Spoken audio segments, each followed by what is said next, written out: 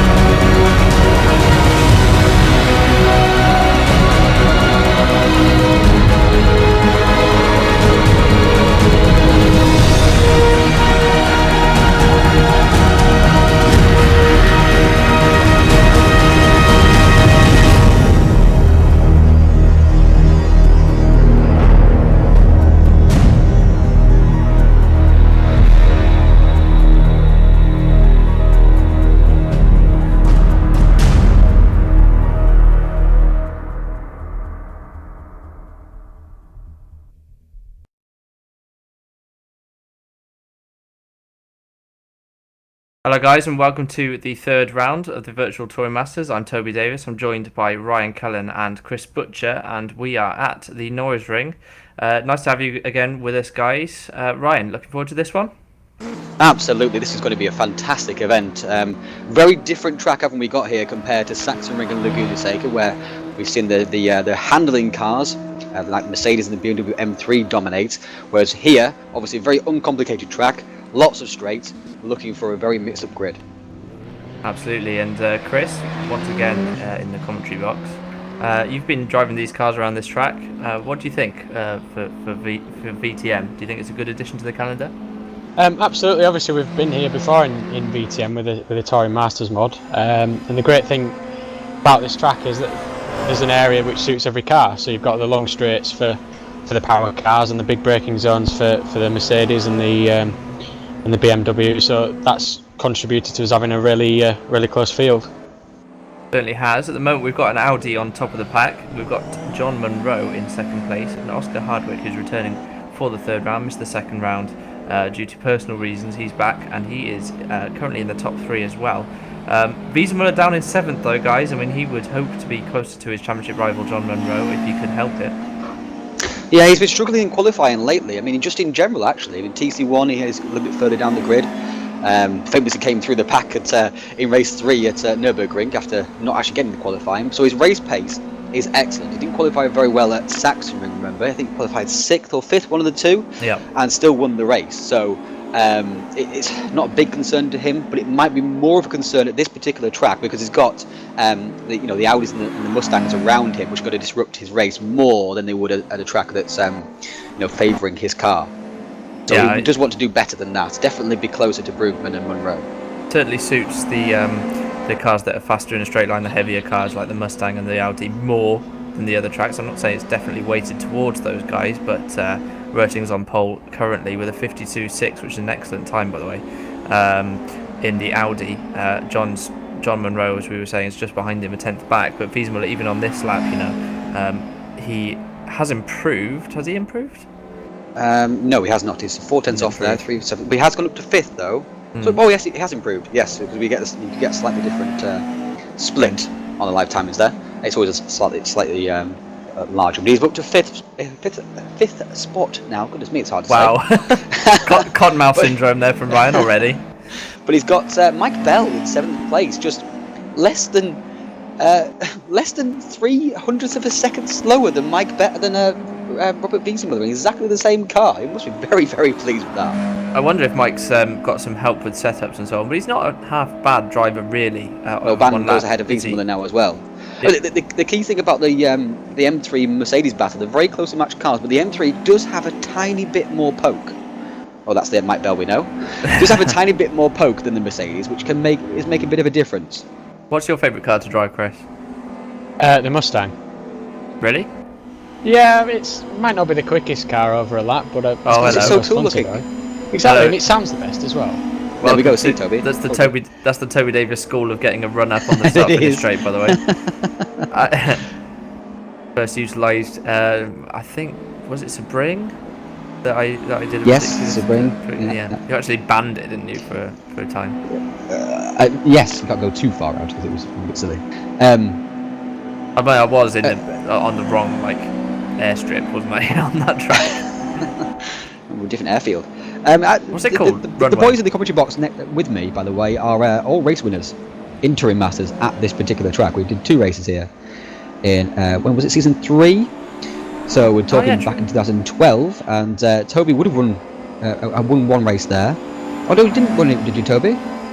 No, I won 1 race and then didn't win the other race, right? No, Chris Butcher won it, didn't he? And then Chris Butcher won 1, and you were leading, and then you span and gave it to Jesper. Is that not correct? Oh no, my brother took me out. No, you were lapping your brother and you spat. No, my brother took me out. No. Chris, okay. Chris, tell him. So these two guys in the commentary booth know what they're talking about at Norisring. Both very fast guys here. It was actually Chris Butcher's first Touring Masters win at this track in season 3. Much belated win, wasn't it, Butch? Yeah, it took me a bit of time to to get there, but it was my favourite win, that one. I've been trying so hard for so long to get a Touring Masters. Well, I responded straight away, so we might have a bit of lag here, unfortunately, but. Yes, your voice is a bit. We'll move on from that then, shall we? While Chris sorts himself out. But Röting still on top there. There's not much change at the top of the field right now. Oh, Broom has gone 4th, back ahead of Wiesenmuller, who's got Albers right behind him. The Audis have been having difficulties at the starts, haven't they, Toby? I don't know why. It's because they've been burning out their clutch. Because it's a 4-wheel drive, it has such a powerful drivetrain, and it's so heavy, and it puts a lot of strain on the clutch. And you really can't rev it too much before the start of the races. There's a sweet spot you have to use, and people have been burning out the clutch and destroying their gearboxes, as Albers did in the second race, also they've been doing quite a few times. Insider information there from Captain Callan. I mean, I did not know that. So there you go. That'd be why. I mean, you'd expect the Audis to get a ridiculous start, but yeah. And Röting on target did Laguna twice. Really? So how did he manage to continue in the race? Oh, Brugman didn't improve. How did he manage to continue then? Because he obviously span in the first race, didn't he? Out of the... Was it Röting? No, that was Norisring. Norisring, yeah, that was at Saxonring, right? Yes. Are we talking about the same guys here? Are we on the same page? No, I'm not sure. So we're talking about Röting, who's in the Audi. Norisring's in the BMW, so that's we'll move on with that. But Röting got great starts at Laguna Seca, but didn't get any good starts at Saxonring. Here's a man I want to talk about quickly. Juha Tuonainen, right? Has never really set the world alight in DPS.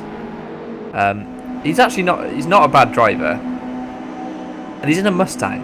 I mean, he must be. I mean, he's braked a little bit too late there, and had to cut the corner short. But he must be hoping for a decent result here. This is probably his best chance of... Has he had a TPS podium? But this must be his best chance of a TPS podium, right? Who would have thought so? Qualifying up in 6th at the moment as it stands. I sort of expected to see the Mustangs a little bit higher than that, to be honest with you. Because they're not too bad on the brakes. Certainly better than the Audi, and they've got good power. So. I mean, Ayala's now on pole in the Mustang. Well, so there we go. It. That kind of tells the story. He's gone back to the pits. He won't get another lap in. So he's actually taken pole position away from Kevin Röting with a 52.5. That's an excellent lap. John was telling us just before the broadcast started that 52.8 is a pretty decent time. So that's an excellent time from Ayala. And Tommy is a race winner in TPS. That will be bugging Kevin Röting, for sure. Yeah, but Röting should be able to get a decent jump off the line if he sorts the clutch issues out. That's really interesting. That I did not know that. Is he going to get this lap in time though? It's going to be very, very close. I don't think he is. Yep. No, he's not. So Ayala taking his first ever Touring Pro Series pole position. Goes with his Touring Pro Series win that he had about 4 years ago, by the way, guys. Who did he beat to win that? I'm not sure. I don't know what you're on about.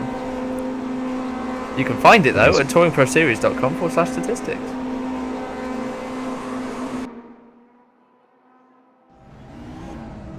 So let's just talk about what we've got coming up. Oh, we can't do that. Sorry, go straight to race, isn't it? Oh, goodness me, go back to into the Captain Forgetful. Thinks we've got warm up. We do not get off my cameras. The race is going to begin in 5 seconds. Thankfully, we do have that information. Ryan, who's going to get the best start? Ayala. And we are away. Röting makes the jump straight away and takes the lead from Tommy Ayala. In fact, Ayala's down to third position. Munro moves up into second place as they head down to turn 1 for the very first time. It's a tight hairpin left, and Munro is holding on just. Oh, there's a little bit. Someone's round. I think it's Ayala. I think Ayala's at the back of the field. Someone else in the wall there as well. Looks like Moffat maybe to me, or Band's involved. But Röting takes the lead. Look who's second. Robert Wiesenmuller from 7th place on the grid. Oh, there's more drama. Someone else around now. I think Hardwick was involved with that one as well. 2-9's gone round. Oh, we were just saying. Munro is back up to 3rd place. Röting, though, leads the way from Wiesenmuller and Munro, who both the title contenders managed to stay out of trouble in those opening corners. And as a result, as we head on to lap 2, it's a completely mixed up field. 2-9's at the back of the grid. Hardwick's dropped down the order. Nilsson's down there. Yala's dropped back to 14th. It's mayhem, Chris. Look at the lead Kevin Röting has, by the way, Chris. Massive. Absolutely massive. I don't know how he's done that. Well, there was all fun and games behind him, wasn't it? I have to say, all fun and games. We were trying to go 4 wide into turn 2. It was never going to work, and somebody obviously paid a penalty. It was poor 2-9, and it seems like Hardwick as well, because Hardwick's down in 19th. Those guys will be coming back from the field. Not sure how damaged 2-9's car is. It seems like maybe it is because he's losing ground hand over fist. You can see at the bottom there. So, not sure what happened to him. Of course, Ayala spun at the first corner. I don't know if there was contact involved there. You'd expect so. With such a long braking zone in these cars, then brakes aren't the best. You can sometimes get someone missing their braking zone, even if it's just by 5 metres and there's a huge speed difference, and you can avoid someone else. But that's the messiest start we've had in TPS for a while. People still a little bit race rusty, and when you get a tight corner as you turn one, sometimes it's it does such a wide happen. entry, isn't it? And everyone, it's so tempting, so wide. Look how wide it is on entry, but it narrows right down. There's only one line through there, really, in a way. Yeah. Because on the outside, look, it narrows up again as well, and people it tempts people in, and then you pay the penalty. Do you know what the other thing is? It's a curved braking zone, so you can be braking in a curved way, and obviously you lose the rear because the front end's light. It's trying to do turning and braking at the same time. Your tyres can't always handle it. It catches people out. Actually, some people I've seen here sort of start the car at the left and then aim towards the right, brake in a straight line that way to help the braking performance. But of course, then you're angling away from the corner, so it swings and roundabouts. Stojan Beck and Enderman are swapping positions left, right, and centre currently, as well as Stembeck getting involved as well. They've been doing it all lap so far, swapping on the standings just on the left hand side there. We've got Correa Alves involved also, all the way down this straight. The poke of that Volvo, by the way, is absolutely insane. And the poor M3 here just getting overtaken by all 3 cars on the straight. Look at that, the Mustang's pulled away, Volvo's pulled away, now the Audi's up the inside, but Stembeck round the outside, going to keep it there, try and power off the corner. We've on board with Stembeck. There it is, Enderman on the right hand side of us, and ahead of us is Daniel Beck in that Volvo, probably the best he's done so far this season. Nice to see the fridge bracket back in the championship.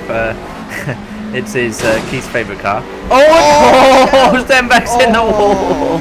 So he's Did so well, he clipped that wall and through goes Reece Gardner as well. And how easy is that to do, Chris? I mean, I've done it so many times practicing around this track. Well, I've never done it myself. Really? Really? Yeah. But no, it's very easy. I have had an incident on the corner before that. Oh, I knew this would come up. He wouldn't mention his win, but he would mention that incident on the corner before. Well, you've not given me a chance to say what I was going to say. I have to say, Chris hasn't done enough practice to be able to cause that kind of incident during practice, has he? So that's very true. This battle between Enderman and Alves and Beckonet and et al. is pretty lively right now. Look at that train of cars behind as well. yeah, they're all battling away. They're in the lower reaches of the top 10, of course. But Stenbeck's dropped back from this now. Oh, Enderman nearly went round. The Mustang bit there. It let go at the last second, but it still hurt. Reece is through into 9th position now, and he's going to lose a position back to Shell Stenbeck if he's not too careful here, Kevin. It was a straight line though, so he's okay. Yeah, he's probably alright. Not going to lie. Probably alright. Let's watch on board actually with Stenbeck and see what it's like to be up against the power of a Mustang. Look at that. I mean, what can you do about that? Nothing at all. Pick it at the start of the season, maybe. Look at the braking difference. The lighter car does make a huge difference. A nice little battle just further back between Cardoso here and Jimmy Broadbent, who's actually doing quite well up in 13th position as it goes. 209, by the way, has exited back to the pit lane, so his race is run. So he will not score any points. Yeah, I do feel bad for him actually. Got involved. Well, Jarl's up to 12th already. He's already ahead of this group of cars here. Don't forget, he was on pole, so he's obviously got a lot of pace in that car. So he will be. He's not that far. He's not that far back though, really. I mean, there's plenty of time left. There's 24 minutes 30 seconds left. I don't know why. Let's have a look at the Pocus' Volvo though as well. Look at it's keeping up on with the Mustang on the straight. It's absolutely ridiculous that Volvo. In the slipstream, look at it, he's pulling it in. Look how wide that bonnet is. That's so silly. Who made this car? Some Swedish bloke. Look at it! The bigger bonnet than the Mustang. Yeah. You know what they say about big bonnets? Large sponsorship logos. Large sponsorship opportunities. Yeah. Oh, that Mustang looks horrible to drive. No thanks, Butch. I don't know what you're on about. Oh, you've got a fairly unique driving style, so... Yeah, but it's not like that. It is well, like that. It is like that. I mean, you like that in your supercars as well, so... Yeah, but... Right. Anyway, the championship battle right now is between Wiesenmuller and Munro, and they're second and third, quite close on track currently. And, I reckon they're very close. Yes. Yeah, Munro's been using the wall, by the way, to get out of some of these corners, which is quite an interesting tactic. It does kill the wheel spin.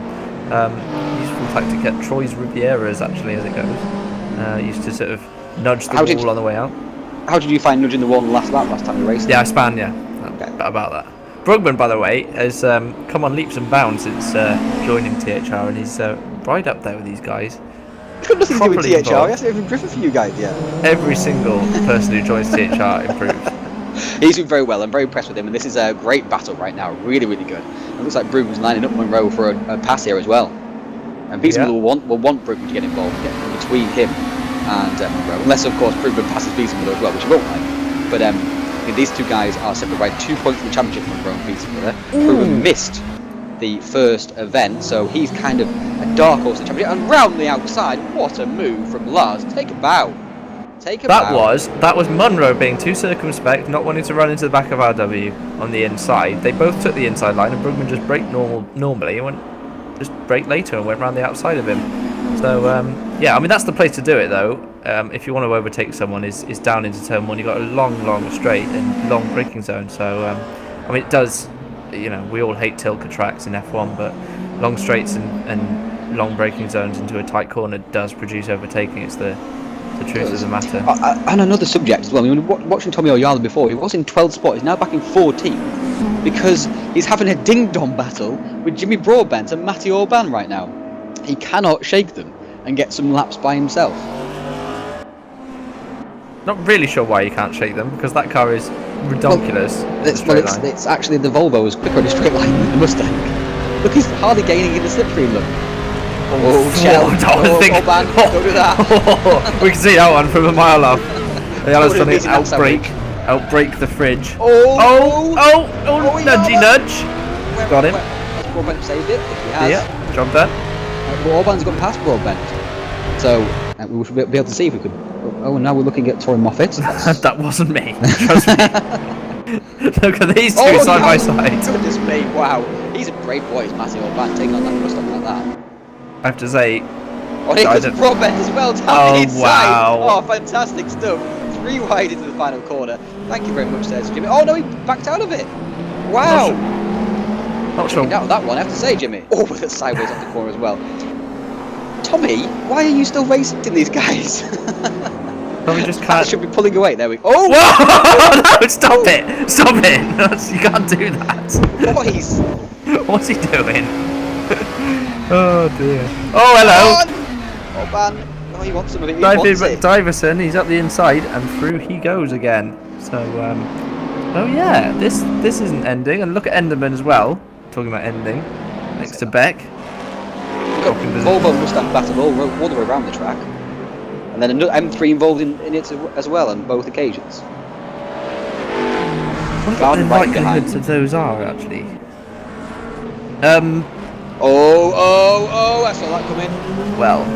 Pushed far too hard into the braking zone there. Has to wait for now the battle of Oyala and etc. to go past as well. Look at those positions he's losing. All the way down from 8th spot to 16th. Harwick is not going very well here. He was up with these battlers actually. He was near Cardozo at one point, and now he's way back in 17th, some 5 seconds off. He fell away on the first lap, didn't he? He's not. He was with those guys. That's the thing. Yeah. Lasted about 4 or 5 laps. So we've got 20 minutes left of this race already. Of course, it's a very short lap here. You do plenty of laps. Brugman is not really challenging Beesman at the moment, but Monroe has dropped off the back of those guys. Maybe made a mistake somewhere. Not hugely far off. He was saying that his computer's suffering slightly from performance issues, and I don't know how that does that affect your game really a lot. Well, obviously, if it's 30 frames per second, like he says it is, you obviously get a bit of input lag, don't you, as well, and you can't quite judge the exact, and it makes you feel uncomfortable. I know how that feels, and you can't get your rhythm going. But in 5th spot, by the way, is Mike Bell, under very big pressure from Klaus Neiring. Mike is never done better than 6th. And now, Klaus! Ooh, sideways there, he just held on to that. He pushed that even a tiny bit more, he was going to be around. What do you reckon, Chris? Is Mike going to hold on to this one? Yeah, he might do, because he's actually passed Neiring to that position, so we might have a race-long battle on our hands here. And I just wanted to mention, just before this battle started, Mike was actually keeping pace with Roting, so he has genuinely got good pace here. Oh, you mean because the gap wasn't dropping too much? Exactly, I mean he was holding it steady at around 13.5 seconds before this battle with Neiring started. Wow, 30, wow, true. Look how far back 5th is from the leader. Those top 4 really do have a lot of pace over everyone else. Checked out, haven't they? Yeah. Well, remember, we lost quite a few of the leaders. Well, Yala, 209 and Hardwick true. at the start of the race. So, you might see a different picture in race 2, of which there is a race 2, by the way, guys. If you're watching, there's another race after this with another qualifying session. So, more than Jake. He kept it out the wall, but he's lost another position. Easily done, Chris. It isn't, but he did really well to hold on to that, not to not spear into the wall on the other side. That was well held. Like Ritchie. Like Toby Davis, you mean? The exact same corner. My brother hit me. Didn't hit you at all. He 100% did. Guys, check it out on YouTube. Type in Norisring World Touring Masters. Okay, because it was World Touring Masters back then. It was at the time. Right. No. Yeah, you'll find that my brother is an idiot. No. I was lapping him, and he blocked me. I panicked and put it in first instead of second, and so it was your and then fault? he hit me. Yes, So it was but also his fault. No. I admit not 100% blame for that. Not sure that's a sentence. Never mind. It 100% is. What battles we got on track at the moment? Everyone's a bit spread out now. Oh yes, no, I'm just staring at my bell, aren't I? Reece Gardner here is quite close to Shell Stembeck. It's nice to see Shell back in the top 10 as well. Yes, it is. I don't know why he's in the top 10 here and not at Saxon Ring or Laguna Seca, considering his car choice. Always a bit of a conundrum is Mr. Shell. Bit of an enigma. He could have won his first TPS race, his first season at Touring Pro Series, back in season 1 of Touring Masters. He was right behind Gregory de Grief at Jerez in the M3. Gregory de Grief was in the Supra, and he was quicker than de Grief, he just never went for a move. And Greg said on the forward afterwards, he says, I don't know why he didn't pass me. And Shell's never come close to a win ever since. So poor Shell, his first season, looked like he was going to win a race, like a stone wall race win at some point. Stone Cold last. Don't start that again. It was a stone wall race winner at some point in his TPS career, but it never really happened. And that was his chance. Didn't take it, unfortunately. But this is healthy indeed. Round the outside, and Reese got deep. Gardner. Yeah, Reese got deep, and when Reese gets deep, unfortunately, obviously calamities happen. There's no saving that Audi once Reese goes deep. We'll just steer away from that innuendo. Thank you. Oh man. I don't know why Chris Butcher joins us, quite frankly. I know, we just chat away at each other until we remember that he's in the channel and then get him to interrupt us. Chris, you should just interrupt us. Quite fascinating listening to your strange conversations. Talking rubbish, aren't we, really?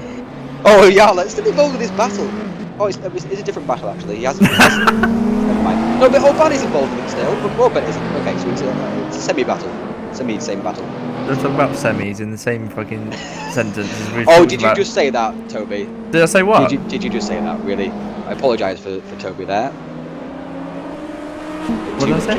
The lad banter there. You did say a swear word. Oh, I'm so sorry, guys. I didn't even notice.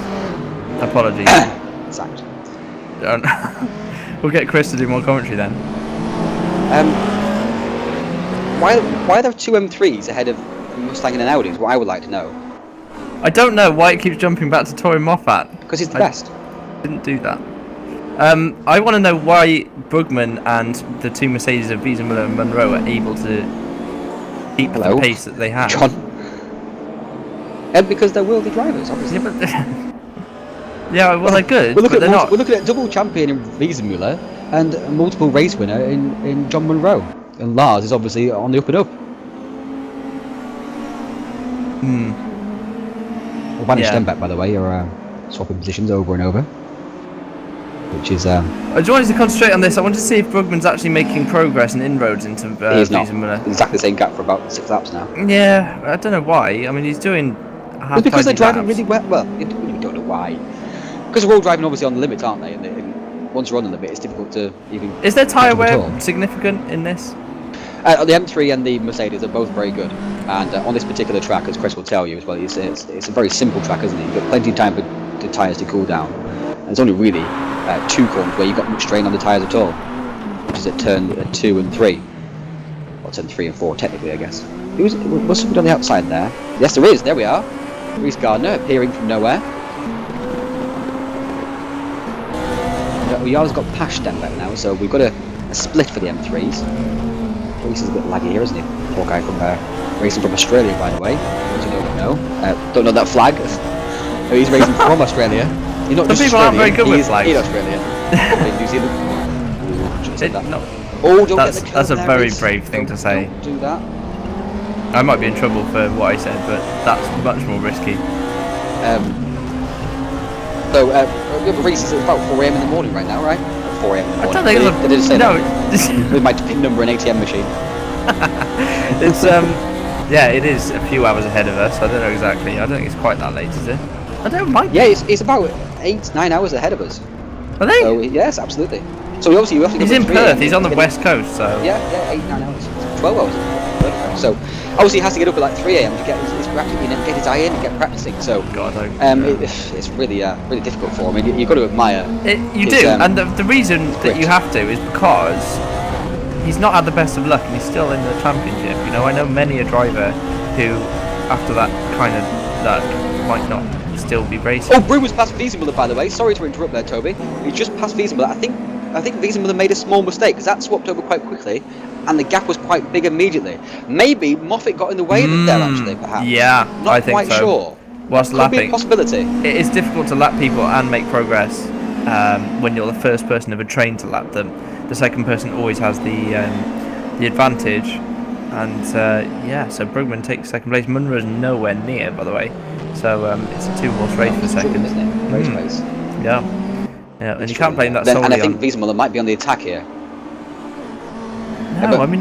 We haven't given any time to Kevin Rötling, who's just been serenely out front. Well, you can't. But obviously, on his way to his first TPS win. There he is.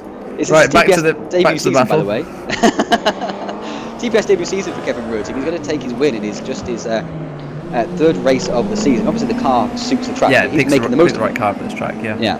But I mean, you've got people like Alves and Gardner with the same car, and they're 6th and 12th, 20 and 32 seconds off him. So, you know, he's not just in the right car; he's performing very well. Yeah. He got the jump at the start, and he's obviously got a little bit of a pace advantage, but he's 20 seconds ahead of Alves in the same, as you say, in the same vehicle. Yeah. So obviously he's taking a second a minute away from those guys. So a lot of time, isn't it? Really. Mm-hmm. But and Alves and Bell. Alves has got past Bell now, which is that swapped over on track as well.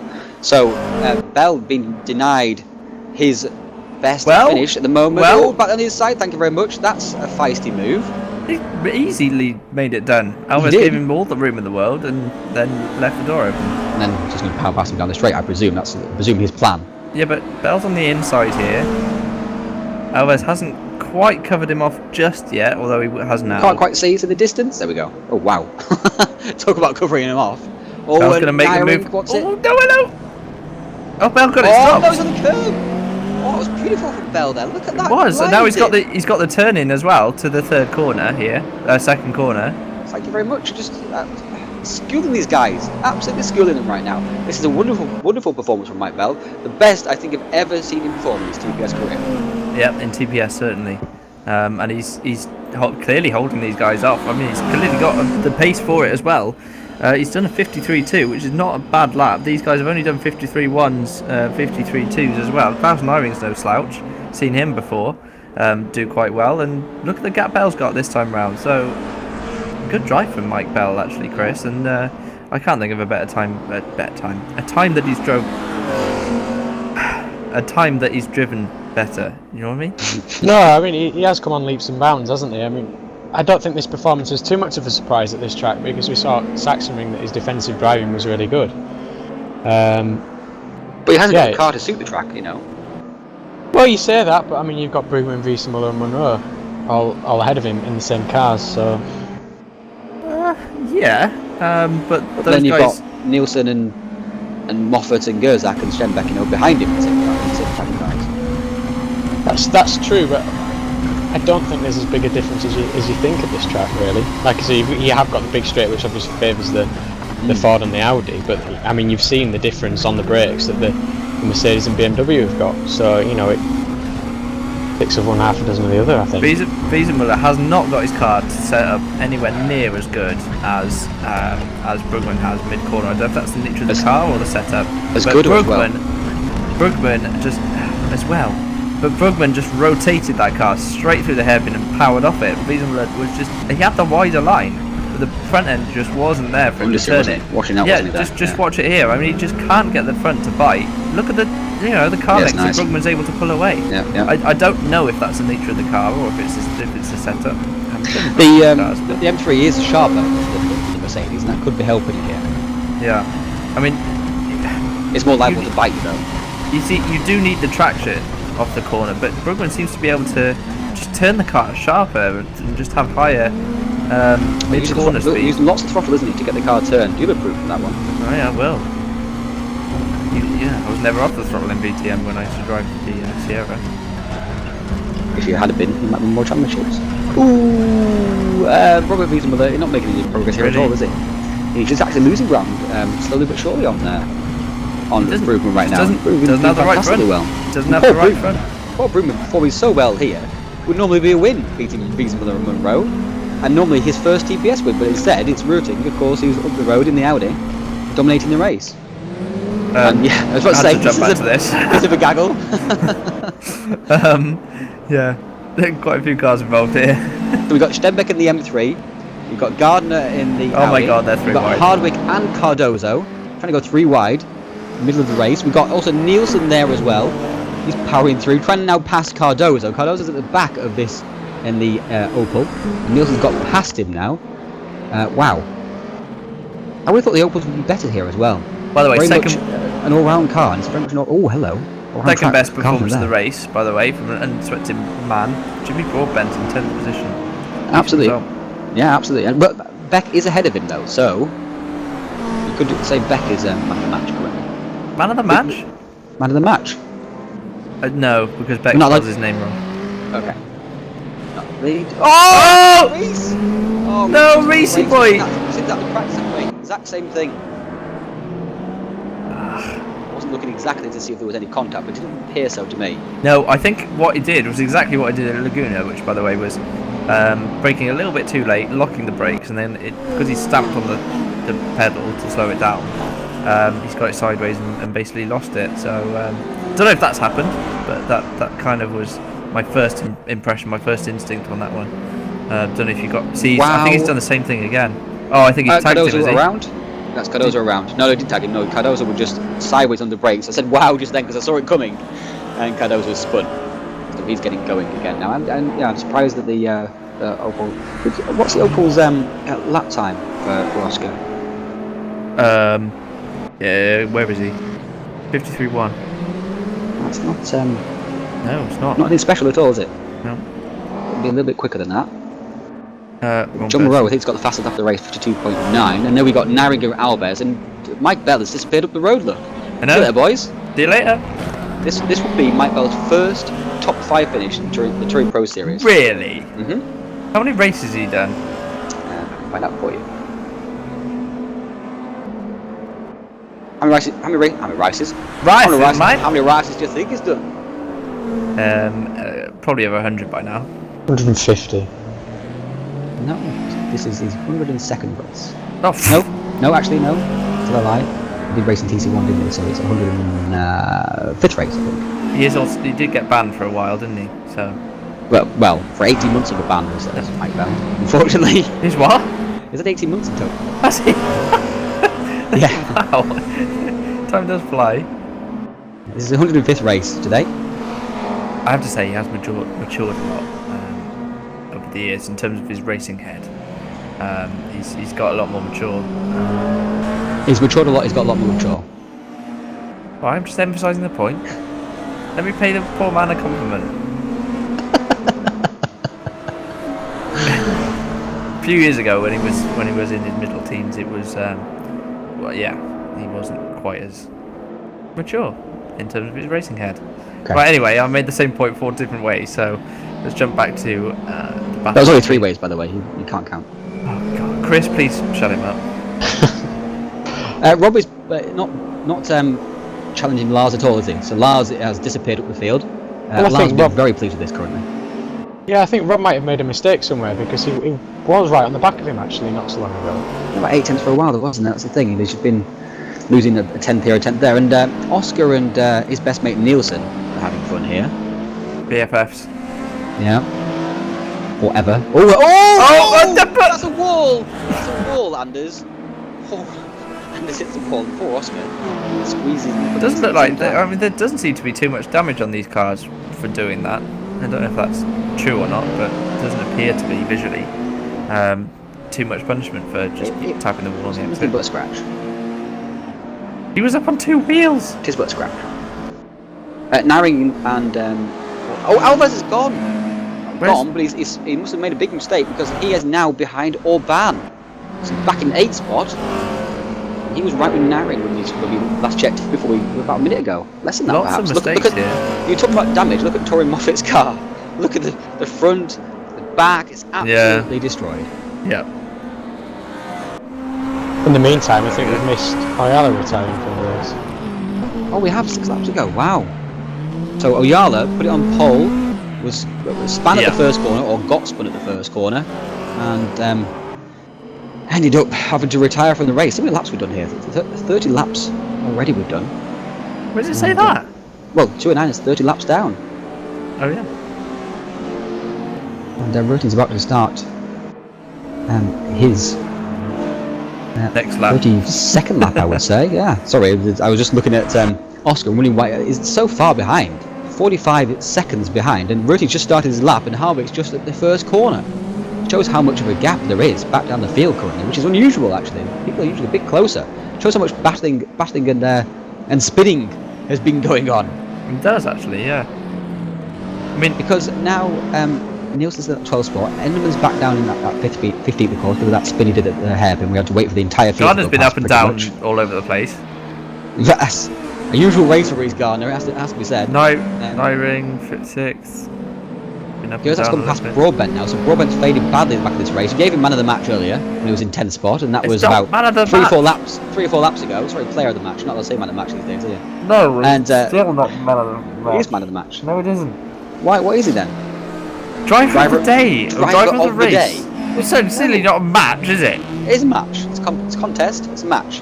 So Broadbent's back in 16th spot now. And so, don't forget, you gave him a big commentator curse there. Oh, whatever. We still had and also you can't say man of the match anyway because we have had alternative genders racing in TPS. Are there any alternative genders racing today?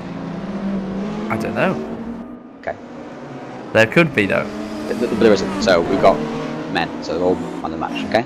I'm not sure all are men. Some may be boys. Okay. Well, they're all of the male variety. But Monroe's made a big mistake somewhere. Oh, it might have just been a timing glitch, actually. Well, It's me that can't read, I think, because it's so low res on RRD view, and I thought it said 19 seconds, but it can't have done it. It said 10 seconds. We are watching 3 pixels. But guys, please bear with us if we do make mistakes like that, because we are literally watching. Last lap, Rutty's about to win. Oh, it's alright, chill. There he is. There he is. That's a wonderful win from Rutty. It really is. He took full advantage of the fact that he's got one of the fastest cars for this track. By the way, start. What? Oh. These two finished very, very close across the start-finish line. Okay. We'll talk about Rutty for a little bit. Sorry, go on. But Kevin obviously came in the championship. He knew that this was a great chance for his first win. He actually wanted to sack the ring because he qualified well and then didn't get the start he wanted. But definitely got the start he wanted today. Away through the pack, 2-second lead at the end of the first lap, and from there on it was plain sailing. Very impressive stuff. Remember, he's completely new to Touring Pro Series. He's only competed in this is his 5th event at Touring Pro Series. This is his 3rd, obviously, in Touring Masters. He competed in 2 in TC1, and he's been just as quick as me in TC1 as well. So that's one of the guys who's very promising for the future. But here are the race results. Some people still racing, just waiting for them to come across the line. Rooting from Bergman from Wiesenmüller from Monroe. So Wiesenmüller, importantly, extends his championship lead by a couple more points over Monroe. Now have a 4-point gap in that championship rather than a 2. It might not sound like much, but it is a start. And Mike Bell with his first ever top 5 in his TPS career. Wow. Well done for Mike. It really is a good result, particularly in that car. You know, it's not like he's got in a car that's got a significant pace advantage. The race was won by an Audi. So, well done to Michael. He enjoys that. By the way, thanks to Pat O'Reilly for some of our graphic design. Well, that's mine. Thank you. Yeah, I'm saying thank you for some of our graphic design. There's only one. We haven't shown the standings yet, to be honest. Anyway, have we? And that's also mine. There's his. Thank you, Pat O'Reilly, for the standings. They're very nice. They are. And anyway, so Wiesenmüller will increase his lead over Monroe, and Norisring, I think will probably hold on to. No, he won't. Rutty will definitely jump in. Yep. Norisring will probably hold on to 4th. Lars will be flying up the standings as well if he performs well in the second race. And he's not out of the championship hunt just yet. Anything happens to Wiesenmüller or Monroe at all. During this season, they have a disconnect. They can't get to a race. Lars is right there, and he's shown he has exactly the same pace as those guys and can beat them and can compete with them. I don't think he's in a championship fight. I think that's a bit ambitious. He can be. Really? Mm-hmm. If Rob or John have a spin in them during a race or a DNF or whatever, he's right back in there. Bit ambitious, that one. I think it's. I know there's plenty of rounds left. How many rounds are there left? 7. So we've got 4.5 left, I guess, right now. 4.5 rounds, 4.5 events. So 9 races. It's a tall order. So obviously we go to Zandvoort after this, which is a cracking track, isn't it? And then off to Brands Hatch, India. That should be fun and games. And then to Suzuka, and then Mount Panorama. You can't get much more different than Brands India than Suzuka in terms of the length of the track there. You could. So You could looking go forward to to that. Nordschleife. or Macwork, Yeah. or Targa Florio. Or Targa Florio. That's not going on that route. Chris, what was your take on that race, and what is your take on Toby Davis's inane ramblings? Well, appalling ramblings as usual, but I'm not really surprised. It was an interesting race. I thought, it was unfortunate that Ayala and Tuinainen had those issues because they had a really good pace. And it just highlights as well, I think, the pace that the top four have got, because it was a 20-second gap to the next car after that. But it just goes to show, having a good car doesn't make you a good driver. You still have to be able to be a good driver to get the most out of the car. You got people in there who had great cars for this track, but weren't, anywhere near the pace of like Visa, Miller, and Monroe. And it shows that the driver is still more important than the car. Absolutely, and I think the Opels should have been higher up as well. I mean, Hardwick's been around for a while. I'm sure he'll probably be slightly disappointed in that performance, if we're honest. Yeah, I mean, it just shows you what the experience counts for, really. It does. It shows what kind of quality it does as well. But we're going to be right back in just a few minutes' time here, guys, and we'll be back with qualifying 2 and race 2, of course.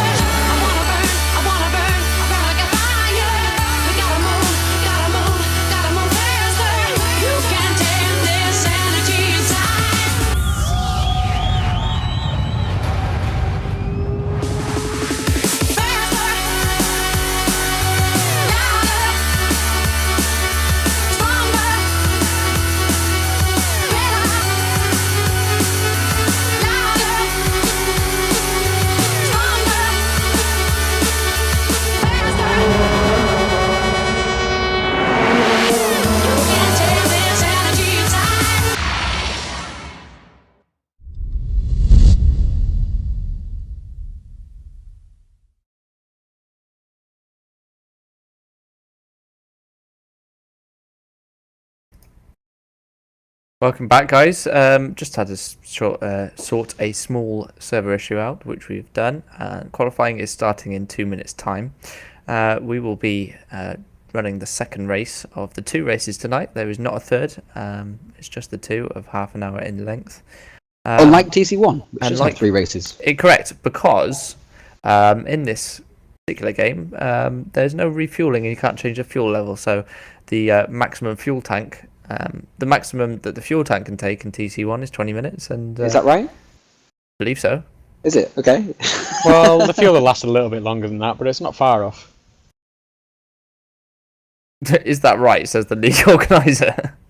Well, there wasn't the reason we did it for that, and I haven't noticed that's the case, considering I race in it and I organise it. Yeah. But fair enough. We'll go with Toby's gospel. That's always the way. Well, I've been reliably informed by several high-ranking THR officials. Yeah, like Mike Bell. Okay. The day Mike Bell joined THR, by the way, I quit sim racing in its entirety. That might be a reason to sign him then. No. Yes, Chris, it's the best of the night. Thank you very much. Chris has been playing like really, really straight so far tonight, and then it comes out with that corker. Thanks for that, mate.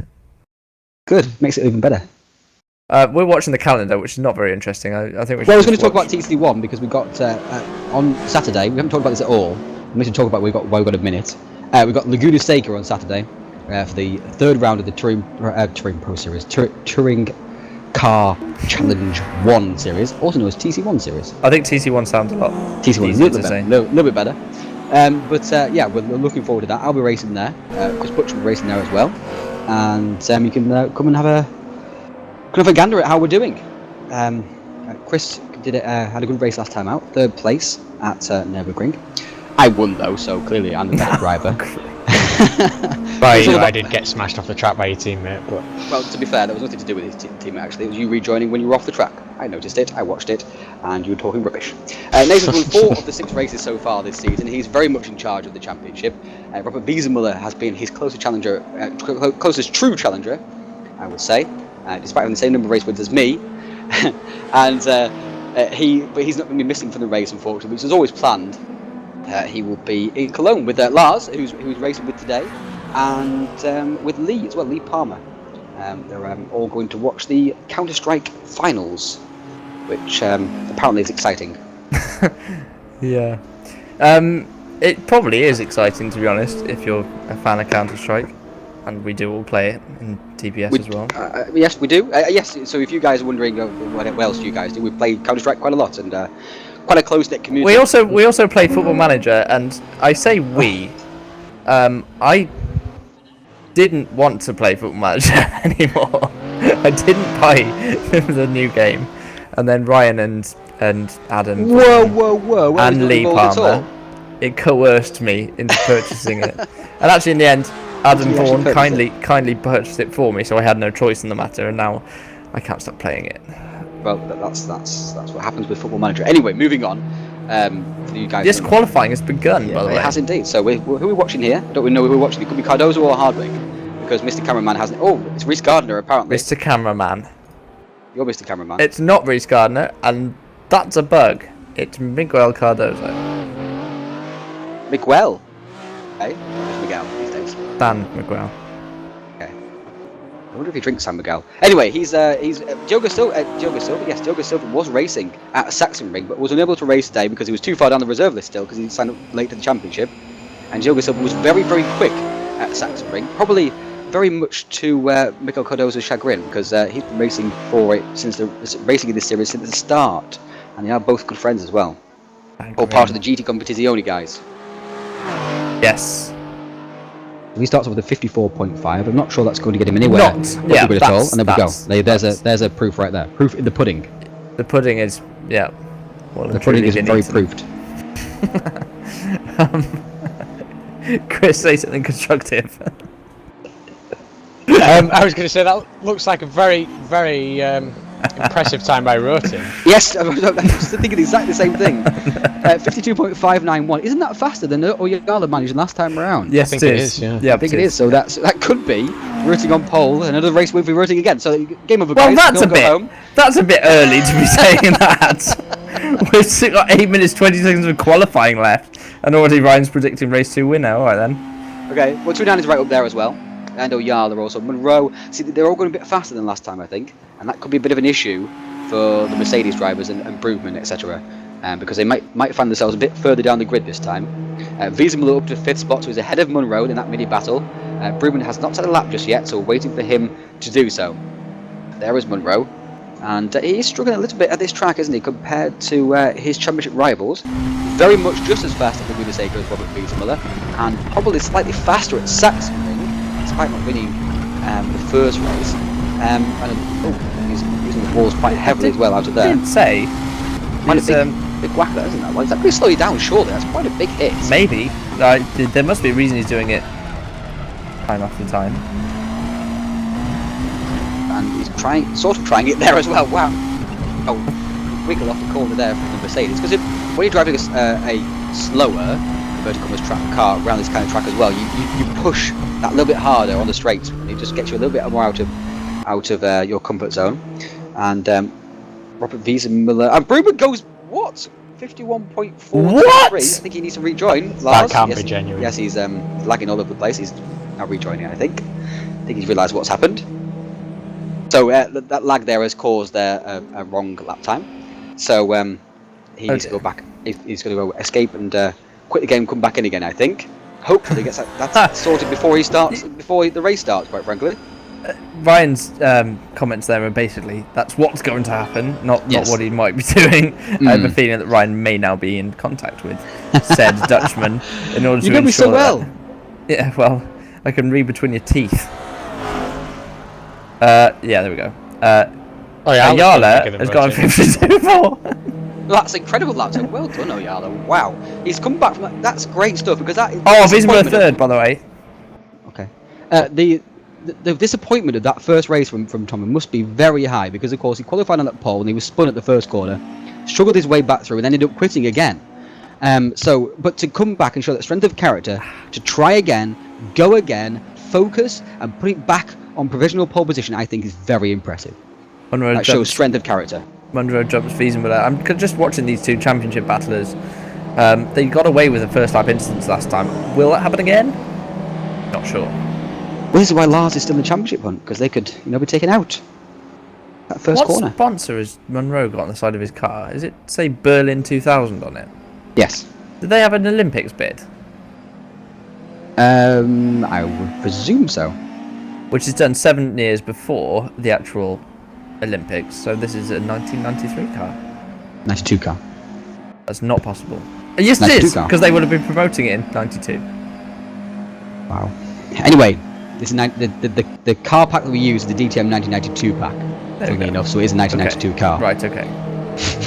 So it's really even with my deduction, I deduced incorrectly.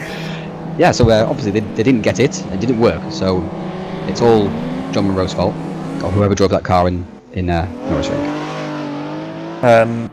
Orban's 5th, 209 and 7th. Good results for those two guys. Mike Bell. It's half a second behind Oyala though. What would be like in that? Quite a lot, actually. It is quite a lot. Good friends. They play a lot of games outside of TPS together. They do. Juha is along with Adrian Holm. Juha is one of probably the best player of Counter-Strike in the TPS community, and very much near the top echelons of the best players in the world there. So, the drivers we have at Touring Pro Series aren't just sim races. They're all very much part of the game as a whole, and very talented in general.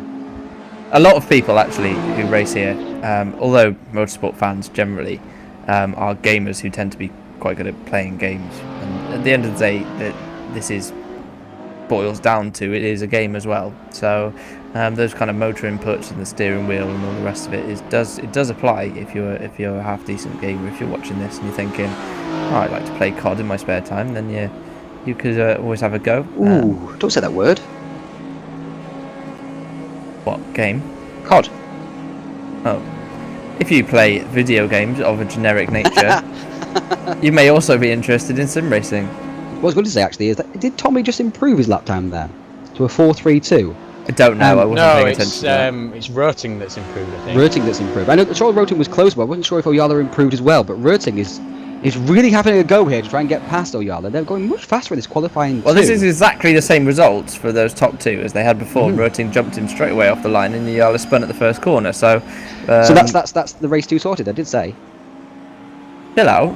We haven't even finished qualifying yet. It's 3 minutes left. Harvick needs to get ahead of these guys here. He needs to qualify ahead of these guys. Surely he can find a couple of tenths. The car's suited to the track. It's not, disadvantaged in any particular area. It's got plenty of poke. He needs to be doing better, I think. Muller said before the season it's his best chance of a championship, and Oscar is yet to trouble the podium, really. He's had a lot of first lap incidents and contact and bad luck, really, that's kind of taken him out of contention in a lot of the races this season. And of course he's missed the round at Sachsenring as well. Mm-hmm. So, realistically, he's just had bad luck in combination with not being here. He's done 2 green sectors here, so he may well improve a couple of positions, but he's still 2-9 into 4th off. He's splitting Monroe and Wiesenmuller. Much better from 2-9. Yeah, he'll be pleased with that. What can Harwick do? Can he improve his position? He's now down in 7th position as a result of 2-9 and improved lap time. He moves up to 6th, but it's not good enough to depose Wiesenmuller. He is now on row 3, however, so that should be a half-tidy position. Is he going to be able to get another lap in? Yes, he is. He's going to be able to get 2 laps in, actually. So, close, isn't it? Yeah. But Alves up to 9th spot, just demoted Bell outside the top 10 there. So Alves is a teammate to Kevin Roting. They come through the Get Real Racing team, and then he immediately signed for Madcape before the start of the TC1 season. Javier De Carvalho was hot on that, made sure he wanted to strengthen his team, straight in there and got both of those guys and signed them up. So those 2 guys are good friends, in the same car, of course, so they'll be enjoying the inter-team battle. Juha is right there. He's just at a PB first sector. Well, faster than his fastest lap, at least, anyway. He's only 600ths off the actual fastest first sector split for Ayala, and he's Still only improving. just over a 10th look. So 2-9 and could easily improve here up into, well, maybe into 3rd or 2nd place if he has a really good final sector to depose Roting. I don't think that's going to happen, but certainly 2 PBs could easily jump. Toby will approve of that. Very much so.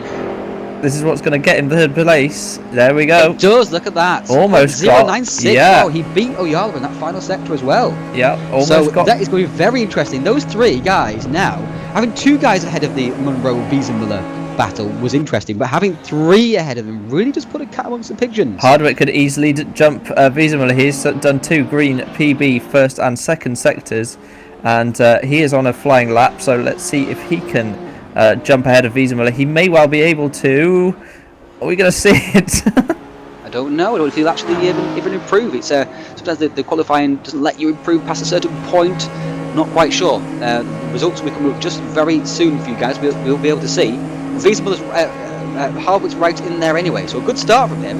And getting in amongst Monroe and Wiesenmuller could really shape up this championship. I think this is a crucial point of the season right now for the championship battle. It really could be. What do you think, Chris? Absolutely, and Monroe's out qualified Wiesenmuller. If he got the jump on one of the guys and Rob got stuck behind, it doesn't need much. Roting's had an excellent jump away from the start, by the way, and takes the lead straight away, gets half a second jump. Ayala's actually lost 2nd place to Monroe as well, and he's going to be struggling as they head down into turn 1 for the first time. And indeed, the Scotsman takes the position, but he gets a little nudge, I think, 2-9. It's Ayala's gone round. Monroe went far too deep into that corner, then far too deep, and nobody could get around the corner because he was in the way.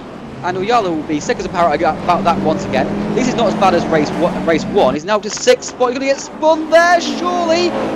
Oh, he doesn't. It's Monroe this time. We talked about it could be crucial. One of them getting stuck behind and in the pack, and it's Monroe who's done that. And he got the best start, but he messed up the 2nd phase of the race. That breaking into turn 1. Wiesenmuller, the 2nd spot, 2-9 right in behind. So, and more first lap shenanigans. Not as bad Stenbeck as race and, 1 at least. yeah, Stenbeck and Least. Beck have dropped a long way back. They're down in 17th and 18th positions. We've actually lost a couple of guys between race 1 and race 2. Ruben's not racing, so obviously the lag issues, he couldn't solve them. Couldn't solve them. So Brugman, unfortunately, we're missing Brugman. Norisring and Bell are swapping places as well down the pack, as you'd expect in these early laps. Enderman is up to 8th place, so that's a good start for him. But Munro's the big loser from that first lap incident. Tuinainen, 3rd place. Got to be happy with that. And now it's going to be a train. All over Bell. Yeah, all over him. I can see this now. being a Tuinainen train for a couple of laps. Well, if 2-9 just gets his head down here, gets a little bit of a gap, I think he can match Wiesenmuller's pace. But he's going to have to really concentrate here. Wiesenmuller is so good during the racing. Again, a great first lap from Wiesenmuller. He was up to 2nd in the first race as well, from 5th on the grid. And again, 5th on the grid, 2nd again, while his championship rival Monroe is in 6th. And has just got past Tommy Oyala. So Oyala has not been able to get up to this group before Monroe got to him. I think Oyala must have made a small mistake because he wasn't much closer than that. But fascinating stuff now. This is where Monroe really, really has to stamp his championship credentials on this league, because this is a test. It really is a test. He's not right there as well with Hardwick, who, by the way, has held on to his sort of mid-10. I think it was 6th actually in the end, wasn't he? He didn't out-qualify. 6th he was, yeah. So he's made 1 position. Nice start from the start. Yeah, jumped ahead of Monroe. Solid. He's in there with Orban, who's obviously got the good jump. Monroe's hit the wall quite hard that time, actually. That's not going to help him at all. But I mean, Röting's... Look at them all following each other down the straight. I know, Even a sniff of a slipstream, he's far too far behind near the slipstream. But you just do it anyway because you're like, oh, maybe I'll get a small amount. Yeah. Always thinking about it. But Röting's checked out, hasn't he, Chris? He has, and it's hard to see Rob closing the gap now as well. It's deja vu, isn't it? It is. It must be a bit boring for him a little bit. Yeah, I mean, I suppose obviously he likes to win, but you know, I mean, it's a bit of a boring drive, isn't it, when you're just out there on your own? Me and Ryan both know about that from Thruxton Clio days. We both had quite dull double wins there, didn't we? Yeah, you can do. I mean, Chris Butcher will know about that as well. I mean, at Laguna Seca and Touring Masters a couple of seasons ago, Chris, you were, way out front all by yourself pretty much the entire race. And you didn't seem to be too unhappy about that win. Well, no, obviously not, but it was sort of helped by a certain Toby Davis spinning. Spinning? It was my Apple wants to update iTunes. Oh yeah, that was it. Yeah, Alt-tab issue. There are other music services available. Yes, other music services are available. Don't choose iTunes because it makes you Alt-tab in the middle of a race. But I wanted to talk about Norisring actually a little bit, surprisingly. Sorry. I won 6 races here in the minis, and in particular in the second 6? season. I think it Have was. you really? Yeah. I've won 6. I've not been here 3 times. I have. We haven't been here 3 times. 4 times then. Sorry. Getting That was carried away. Mid-Ohio you won all the races at. Oh, that's right. So we'll move on from that. 2-9 has got back down to 5th spot, by the way. Been passed by Orban and Hardwick. So he's not challenging Wiesenmuller at all. Because Chris Butcher's talking rubbish right now. And we need to move on to what's actually happening on track. Hardwick's going to have another guys. go. Look at this. Oscar at the inside. But he hasn't got the braking performance like that M3 does. So he is not making no moves there, bro. Orban on for another podium. I know, yeah. He's quite solid, actually, Orban. I'm impressed with him from time to time. But yeah, Tuinainen has lost those 2 positions that we were praising him so much for. But he's still at the 5th spot. It's still if he holds that, it's still a good result for him. But look at all the Mustangs here battling away. Yara's made a mistake off turn 4, and Enderman, very close to each other. That is good luck, isn't it? Those 2 Mustangs coming straight down the straight, coming together down the straight. Look at how cool those cars are. Blacked out headlights and everything. They're not cool. They are. Listen to designed the by sound. moron. Look at the sound. Look at that sound. Look at 14 pixels of sound, boys. The sound is so good, you can see it. Yeah. Isn't that correct? What's that called? That's called something in it. I'm not sure. This. No idea. Delusion. Oh, hello. Little move. See you later. The Finn next to the German. Enderman made a small mistake there, and Oyala went straight through. Wow, that was a tiny mistake from Enderman. Oh, he got sideways on the brakes. He almost hit O'Yarden then as well.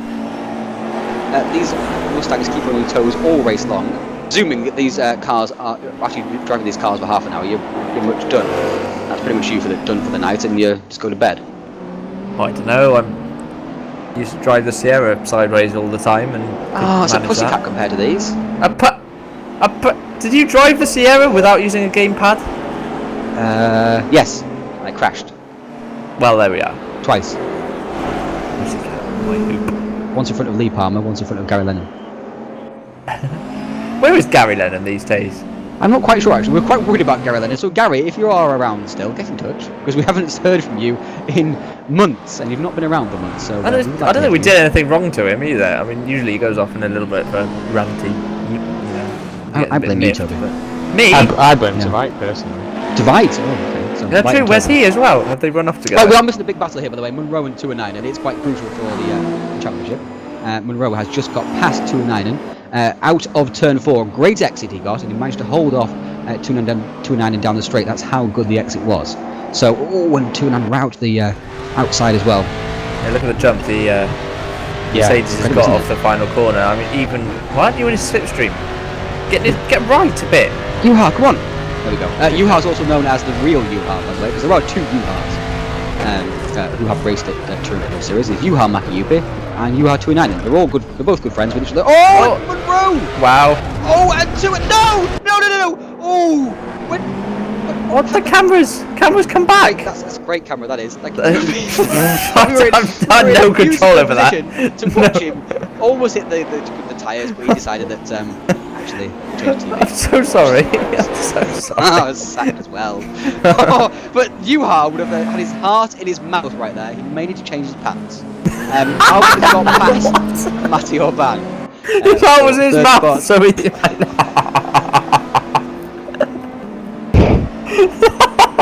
I'm sorry. So While Toby's mirthing, you can't Chris, combine. Chris, what are your thoughts on Norisring? You were trying to say earlier, using wrong facts. Yeah, true. How many times have we raced here in the minis? Once. Alright, okay, well the 2 races I want to hear then.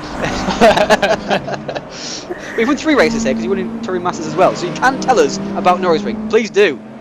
Well, the point I was going to come to in the minis was that, the start's really important, especially when you've got guys that are battling hard. You get a 2-second gap, and that's... Oh, Mike is round! Oh my... Sorry, he did that. He knew you were talking. He knew you were talking. Spin. Come on, Chris, please finish your point. There are people on the edge of their seats, waiting to fall off the cliff. Let's combine metaphors like Ryan does. He's got a very good point. Is that because racing is very common here and quite easy to do. Racing side by side happens quite a lot, and getting a good start and getting that gap and just being able to drive your lines by yourself is very crucial. So if you do get a good start to the race, like Rosing and Wiesenmuller have, you can just go on and win it because people are often racing, as we see here. It's just racing non-stop over and over and over, and it's difficult to shake that if you're already in that battle. These two are side by side as they turn into turn 2 now. Enderman does have the inside line and will 3. Yeah, the little kink at the does not count. It does. The second proper corner that requires actual physical effort. And Nielsen's right there, by the way. We've seen the timing split up and swap over and over. And Nielsen down the inside, and Enderman, wow, that Mustang. By the way, Wiesenmuller's keeping pace with Kevin Burton. Yeah, but he's not doing anything about it. All right, but he's keeping pace with it. Third as well, by the way. When did that happen? We've been watching that for about 5 minutes while you were talking about Norisring. Yeah, he got by Orban. Oh dear. Munro is now pulled away from 209, as you would expect. And is only a couple of seconds behind Orban. So this could be a battle. Hey, that's a beautiful line there from Munro. He might come to Orban later in the race, perhaps. Orban and Hardwick aren't that far away from each other either, so it could easily be a 3-way battle here for the final podium position. Now, if Munro comes away with this with a third, that's great damage limitation. Yeah. Which Toby Davis was never good at. No, win or bust. Win or bust. Usually bust. No, not usually bust. How many wins can you name off the top of your head? Because I can name more busts. I reckon I've Quicker. won more races than I've retired from. Vitus Park, Laguna Seca, Bathurst 3 times. Vitus Torrebonne Park? twice. When did I do that at Vitus Park? Well, Oh yeah, you true. were second spot. I was second, so that was not win or bust. Well, it was yeah, second but place or bust. you And actually, I busted. finished You fourth. tried too hard to try and win, and you busted. Anyway, Oyala and 2 and 9 are side by side right now, and Oyala with a beautiful move by the way. That was very, very nice. These two are obviously racing respectfully because we're in the same TS channel right now, talking to each other. Very good friends, both in the same cars, and Carrera Alves has decided he wants to interlope on this party. Interloping he is. He's going to get a good exit here as well, by the way. Oh! And 2 and 9 and clip that wall. Yep. Oh, he could have squeezed him some more then. Don't be so mean. You need to squeeze him. You can't squeeze him into the wall. There's no point. Well, you can a bit. Kind of bit. It makes that They're swapping positions as they change gears, by the way, there down the straight. That was pretty interesting. Only 5 gears in the Mustang. It's a bit of an issue, apparently. Yeah. And the Mustang was the only professional team in the real Deutsche Tourenwagen. Is it Meisterschaft? Deutsche Tourenwagen Meisterschaft. Yes. In 1992, the rest of the teams all had pretty big backing. Even the Opel, which only made 1 race and blew up, had pretty big backing. Whereas the Mustang guys were out of a shed, you can say, basically. You can tell they put some of the shed under the rear wing. Wow, Chris, get with him. Well, look at it, right? But that's an amazing rear wing. Look at that. That is the forerunner to modern rear wings. That is not any for no one's designed that. Look at it. And Vision. Look, it's a great sponsorship logo as well. Look at that Decra. Oh, hello. That was Norisring getting friendly, and Norisring's lost position as a result. Nielsen's through. That camera's broken. They need to fix that. Okay. Sorry. Stop changing to it then. I don't know it's going to go to that one. There's 2 different cameras for sometimes. that. Yes, all right. Let's go back on board with the 2 and 9 and Master. Why are we on board with 2 and 9? I don't know. We're both in the battle, like Stenbeck, for example. Stenbeck's the closest to a battle, but he's not really in a battle. We'll be in a second because he's about to break and dive down the inside here. Go on, Shell. Go on, down the other inside. Here we go. No. About 20 yards back. Use all the road, Shell. Why don't you? Beautiful stuff. It does help if you use it, Shell. Never mind. He had a great first race, didn't he? Finished in 10th spot, I think. It was upsy downsy, wasn't he? But he made it back up. Upsy downsy? Yep. Oh, Lord, give me strength. Broadbent is back up in the 13th spot. Alban is still looking at the back of Oscar's car. Probably knows his chassis number on it right now. Now apparently we're on Oscar Harwick. There we are. Took ages to change the camera then. And Workman blames his tools. Where has Monroe gone, by the way? He was much closer. He's now 3 seconds behind these guys. So he's made a mistake again. And well, that's that really. 2-9 and Nielsen, by the way. 2-9 has been passed by Nielsen. So Nielsen making ground up, hand over fist currently. But 2-9 might have something to say about that on this straight. This track is also very bumpy, of course, as well. So it's probably not helping the power yes, cars we don't get that impression. Down. I hope that impression is coming across on the broadcast because it is really bumpy. It's obviously used day in day out as a road, I suppose, and it's a street track. It's a street track, isn't it? So is it? Can't tell. Wow.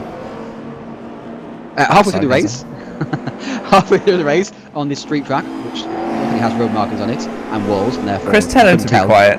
Chris, I need your help. It's like being in a playground with you two, honestly. Like, pathetic. Mum, Toby's not playing nice. Oh, hello. Anders, don't do that. Diving McDiverson. 2 and 9 has run too wide. Diving McDiverson. We're really naming people that now. Anyway. Side by side. This is a really good battle, by the way. Oyala's ahead of these guys. Miles ahead by 3 positions. That was my point. 2-9 is Oyala's friend. They're in the same car. See, Teddy Whistling. Wow. Nielsen down the inside, and 2-9 has made a mistake. Now here comes Norisring. Remember, Norisring touched the back of Juha just a couple of laps ago and dropped back behind Nielsen as a result, and now has caught straight back up to him I again. have to say, Norisring was impressive the first round of the season. And second round as well, sort of. Yeah, Speed, until but no, until he spun in the first lap, first corner of the first race. Then, he's struggled a bit, hasn't he?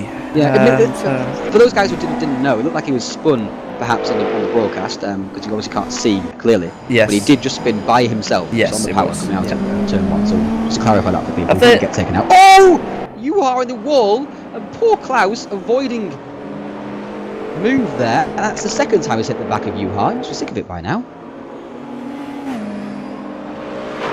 Reminder again though, Lars Brugman, who did so well in the first race, is out of the second race due to that lag he's having currently in the game. So, and Juha up on the curb, goodness me. The lag is... Mike Bell. I think Norisring sort of tipped him into that a little bit, actually. Oh, did he? Oh, do you think? Okay. There's definitely contact on the rear, yeah. Well, that's the third time Larry's hit him now. Oh, here we go. Well, why? That's a wide line. He's also just allowing Enderman just to get the run on him down to the next straight. A little bit of a dramatic line there from Norisring. One for the cameras, Toby. Right, okay. Because that's what he was thinking. Definitely. And now down the inside again. Juha doing the cutback. Can't do the cutback. Has to go around the outside. Almost into the wall. That is a very understeery Mustang. It's more understeery than Oyala and Enderman, it has to be said. I have to say, I think he's just taking too much corner speed entry speed into the corners. Because his radius is not bad, but it's the he's just got that 1 or 2 mile per hour that just pushes the whole car wide. I don't think it's actually understeer. I think he's just generating it by, just being too brave. Maybe the other guys are getting over that, getting around that by stabbing the throttle. Getting it pointed. You are maybe not confident doing that. Racing's easy, and all it is. Don't do that. Racing's easy. All you got to do is just be on the loud pedal for as long as possible. And if that means lengthening a straight or braking later or turning the car so that you can be going faster, but you want to get your minimum speed up as much as you can. But people mistake that. What's speed hand up doing is now? into the pits. Maybe he's losing some power or something, or I've got no idea. But Juha obviously out of this race, or out of the reckoning at least anyway. But he's been losing ground very quickly, hasn't he? Oh, his engine look, 74% engine look.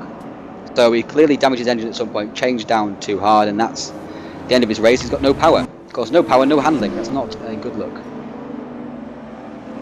Could it be that he's hit the wall too many times? I mean, we've seen that previously with Tommy at Sachsenring. Perhaps, yeah. Apparently, the Mustang is quite fragile. Perhaps he'd ordered pizza and he needs to eat his food. That's also a possibility. Perhaps. Maybe he's just got damaged engine, like it does actually say on screen. I think a lot of these people will have some damage. Nope. It's quite easy not to get damage. But Okay, the Mustang is quite fragile. Apparently I'm talking rubbish again. So Yeah. Monroe is now close to Morban, in other news. Close to who? Morban? Did you say Morban? I like that. I like Morban. That's good. Morban for Mike Bell. No Morban for Mike Bell. That's me. Oh, by the way, Mike is having a typical Mike event. Doing really well in race 1, and then spine in race 2, and is down in 13th position. Yeah. So, but Juha out of the race, of course. Unfortunately for him, but he was going quite well, promising, but not the result to back it up. Which leaves 17 runners, which means Broadbent and Moffat are Going to get a hatful of points. Loads. Hatfuls. As long as they haven't taken anybody out, of course, and get themselves more penalty points afterwards, which does happen.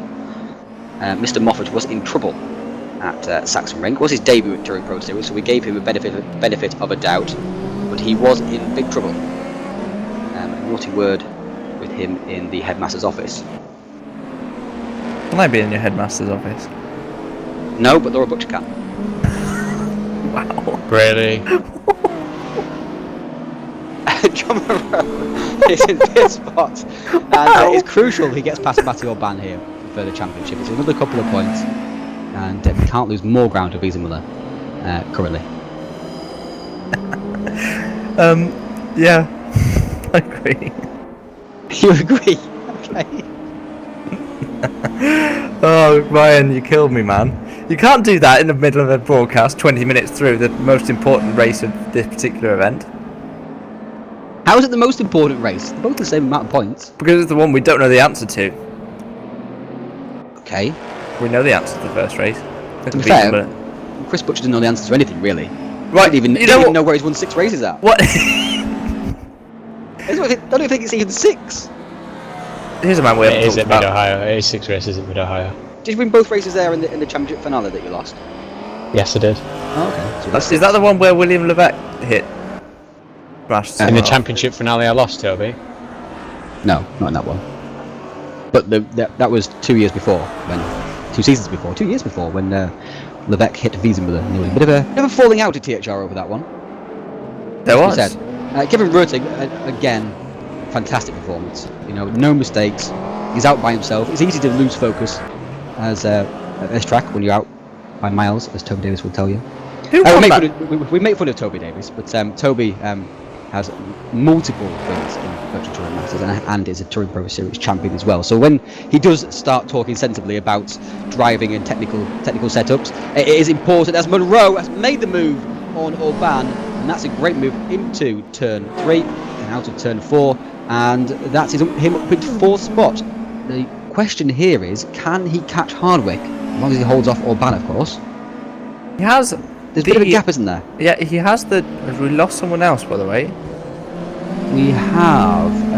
Broadbent. That is Broadbent. So Broadbent was on for some laps, for some points, and is gone. He does broadcast, by the way, guys, as well. You can watch his races. It's But you can't Jimmy anymore. B. You can't more, obviously. He's gone, but he does broadcast his races as well on Twitch.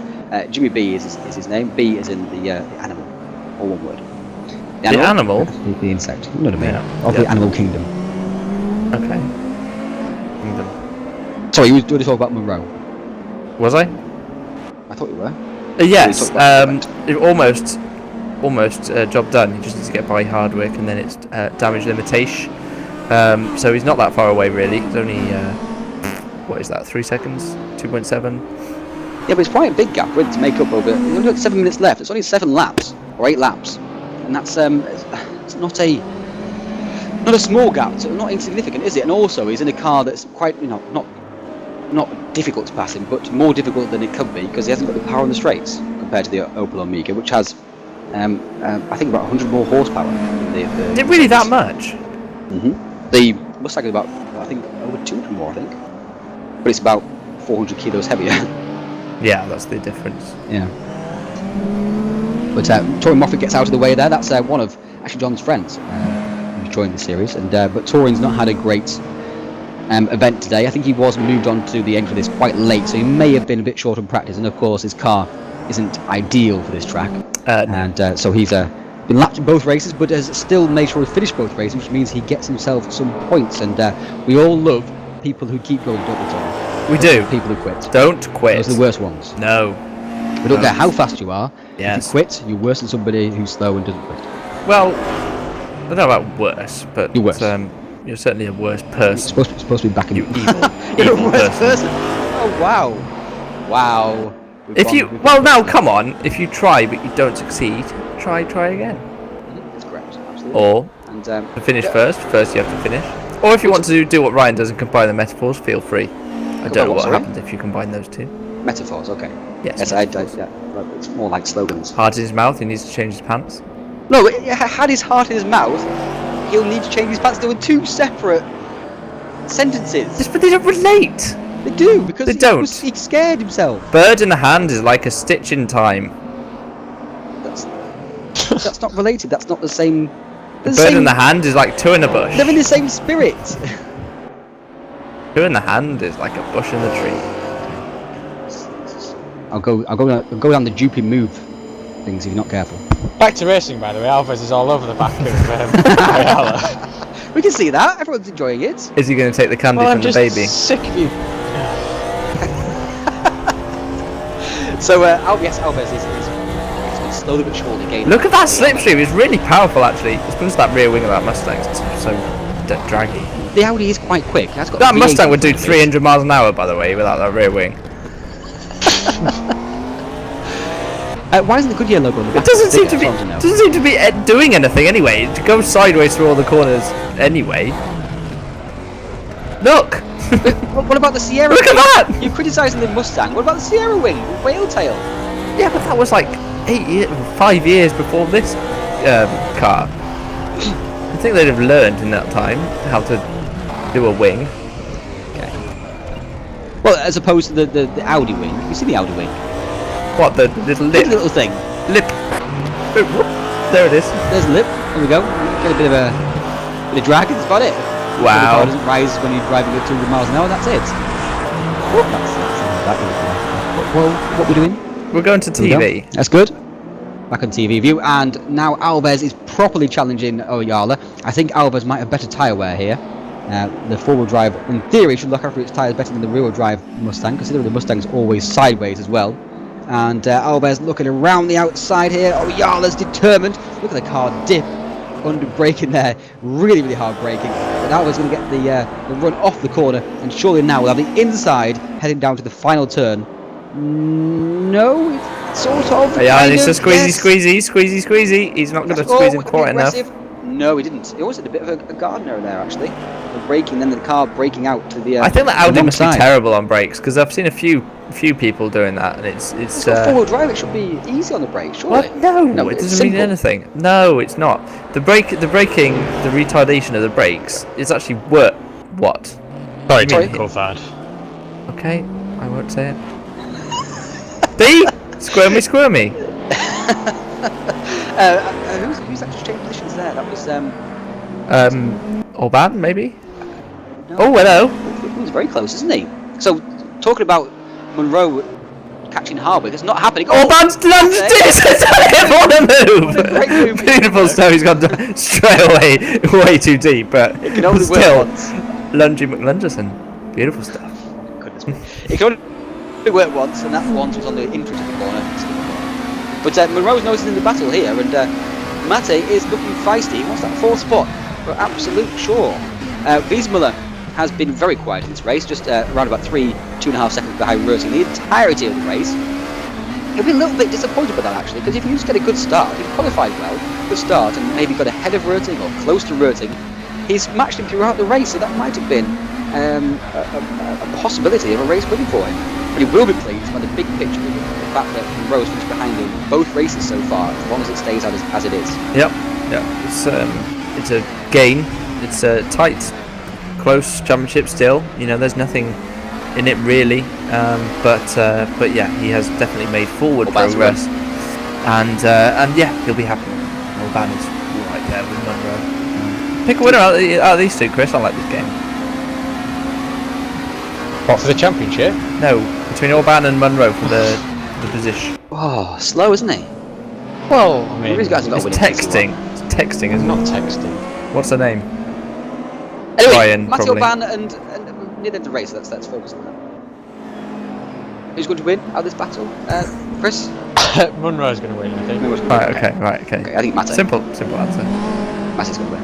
I think neither. I think Yala's going to do them both because they'll both spin. Okay. 14 seconds to spin. I can't believe Oyala's still ahead of Alves, quite frankly. He's doing well there to thing on. Is this going to be the final lap? Yes, it is. When Röting crosses the Yes, line, it it is. will be, yes. So, Röting starts his final lap then. That's been a great race from him once again. 2 wins in a row. And Correa Alves, no. Not this time around. He's got 1 more lap to do it in. 2 opportunities. Orban has also got 2 opportunities. Round the outside of Monroe. Is that going to work? Where has it gone? No. It's not worked, but the cut back on the exit is fantastic. So split of flame on the BMW M3. We've got Cardozo ahead of them. That's Cardozo, not Hardwick. Hardwick's the one ahead of Cardozo. It has to be a Both the last same lap, final corner lunge. Oh, it's in the wall! No, it's not going to happen. Oh, don't spin it even more. Wow. So he's trying so hard, so close in behind Monroe, he couldn't quite see the Armco there. And Alves now is challenged as well, but Röting is going to win his 2nd TPS career win, and that is a fantastic performance from him today.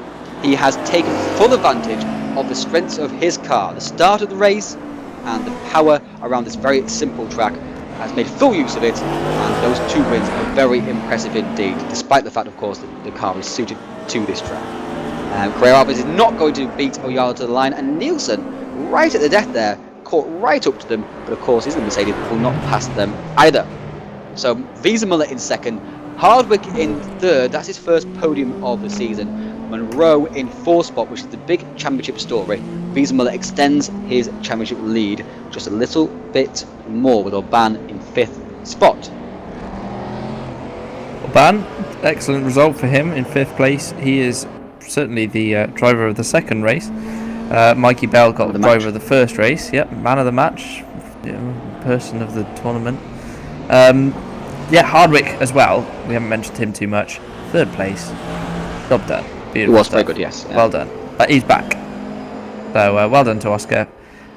Great result for him. And also a little shout out, Rhys Gardner. He managed to finish this one 14th place. Pretty good, I'd say. I think he'd be a bit disappointed with that one. He did better in the first race, didn't he? So, but then obviously the tempers get frayed and the concentrations drop, don't they, as well? So, but Rhys is he's done okay. Enderman and Stenbeck are in 10th and 11th, with Beck in 12th, the best of the Volvos once again. And so we'll be back in just a couple of minutes' time, where we'll be having the driver reactions.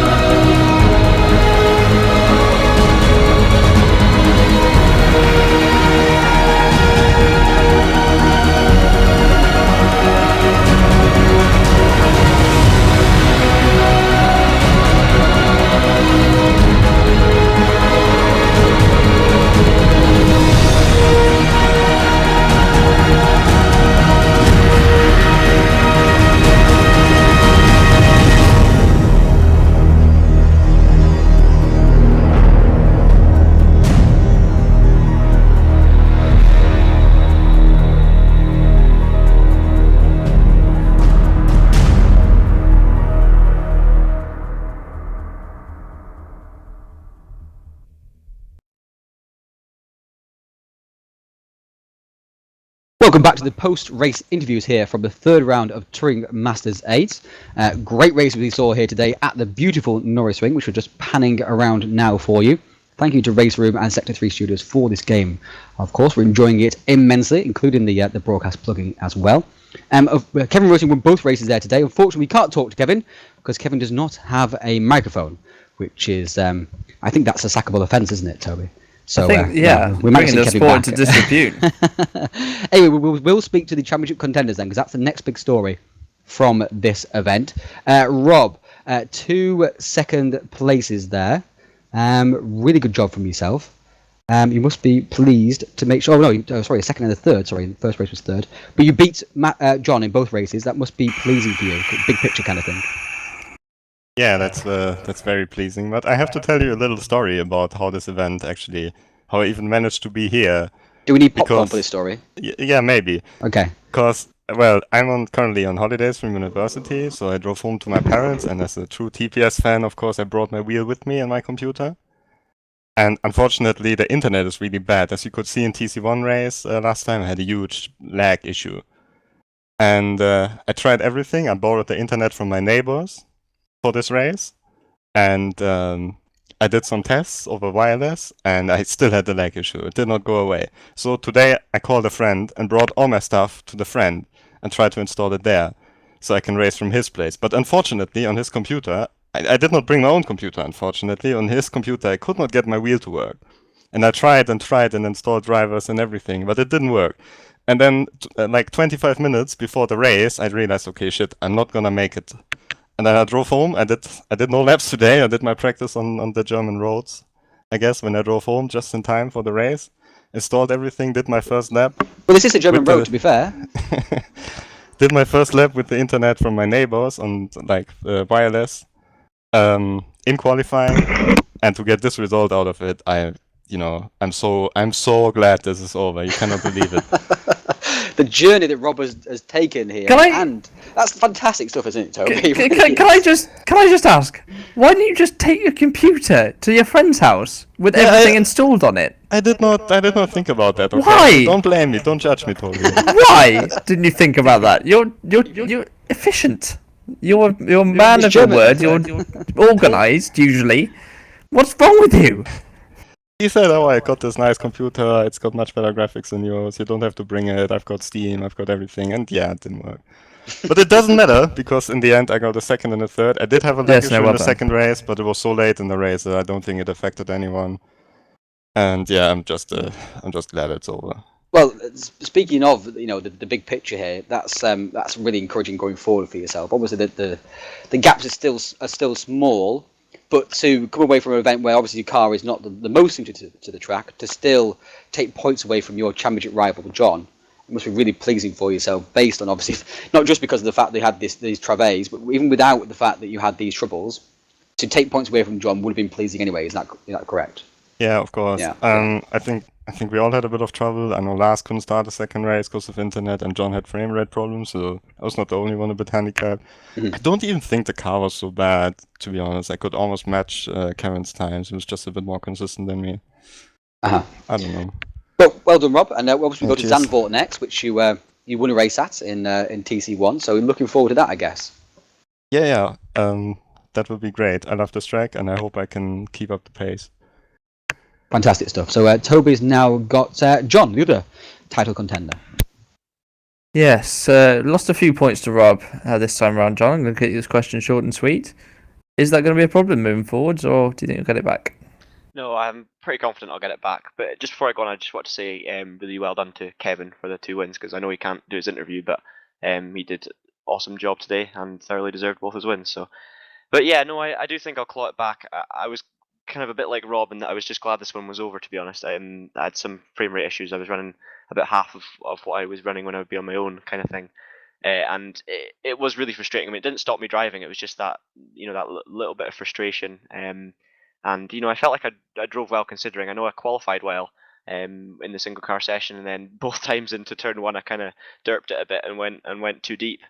And in the first race it didn't really cost me too much because I managed to regain the third place behind Rob. But in the second race, I think a couple of other guys did the same as me, piled in and ended up down in 8th. So it really was a bit of a damage limitation event.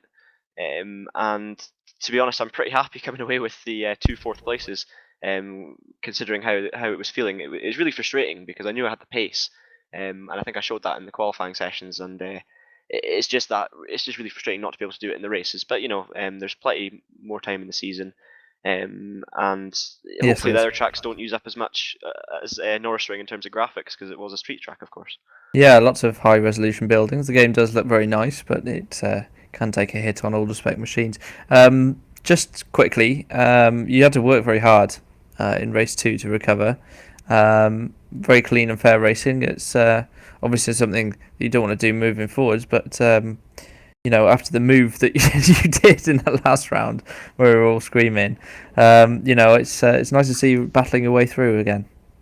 Yeah, I mean, it was great fun, especially that last few laps with Mate were superb. Really clean on his part, kind of the usual really aggressive but fully fair racing. and that was a superb battle. But yeah, it's always fun to fight through. But you'll know yourself that you don't really want to be doing it. You'd rather just be out the front winning. And I know I had the quickest. I was quickest at Laguna. Maybe Rob was the same speed as me there, but I know I had the pace at Sachsenring again and didn't work out. Obviously got one win. And here I know I had the pace there to get second if I could have run cleanly, and there was a potential there. So going forward in the season, I'm really confident that I'm going to be able to claw the points back, and I'm fully hoping to be challenging Rob for the championship. It's beginning to frustrate you a little bit, though, that potential is there and you're not quite capitalising on it, and Rob is doing so. Yeah, but I mean that's racing. It's me that needs to sort myself out. Rob's known for his consistency. He's been really quick as well, of course, but he can just do it lap after lap. And although I feel like I have been able to do that, I've just made those little mistakes. At Laguna it was fair enough because we both won a race each, and I wasn't really quicker than him. But Sachsenring, I felt I did have the pace, and I made 3 mistakes in the same corner in the first race, which put me down to third. And even though I closed the gap back by about 2 seconds, I was too far behind. And then won the second race. So yeah, I mean it's my fault. A lot of these things. Obviously Norisring, I feel it was slightly more my computer, but then again that's my fault for having that computer. So it's just part and parcel of it. It's just going to come down to whether I can get the results I feel I have the pace for, because I do have confidence that I'm going to be up there in terms of pace every round. Cool. Well, thank you, John. Okay. I agree. I think you will be up there and fighting away and battling away for points. I think you'll be there at the end of the season with Rob, as you alluded to. So look forward to a continued championship battle between the two Mercedes drivers. Ryan, who have you got now? Well, I'm going to quickly speak to Mate. Mate had a couple of good races, especially that race 2, Mate, and a great battle with John. Yeah, absolutely. It was nice, clean, also fair. So I'm quite pleased with all the ending of this round.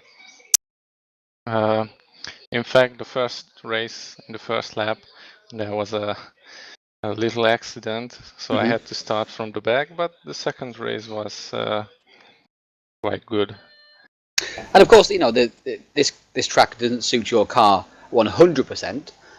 So you must have been pretty pleased with getting a podium result here. You did better here than you did at tracks that did suit your car.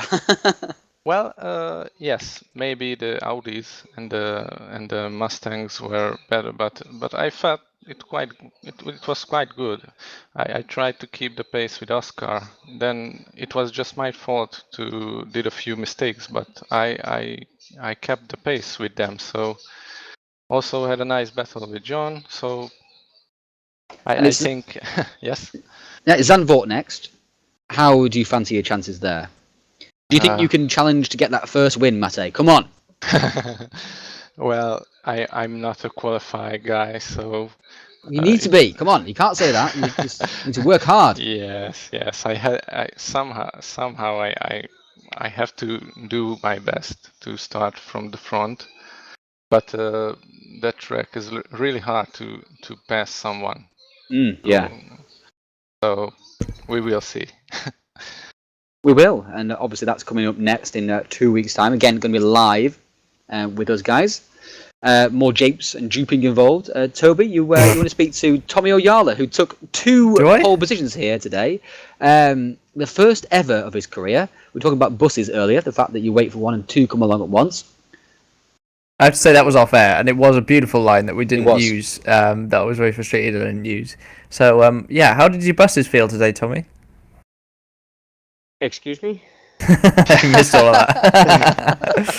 Your 2 pole positions were quality stuff. Couldn't convert them into race wins, but let's focus on the positives. 2 pole positions, Tommy. How do you feel?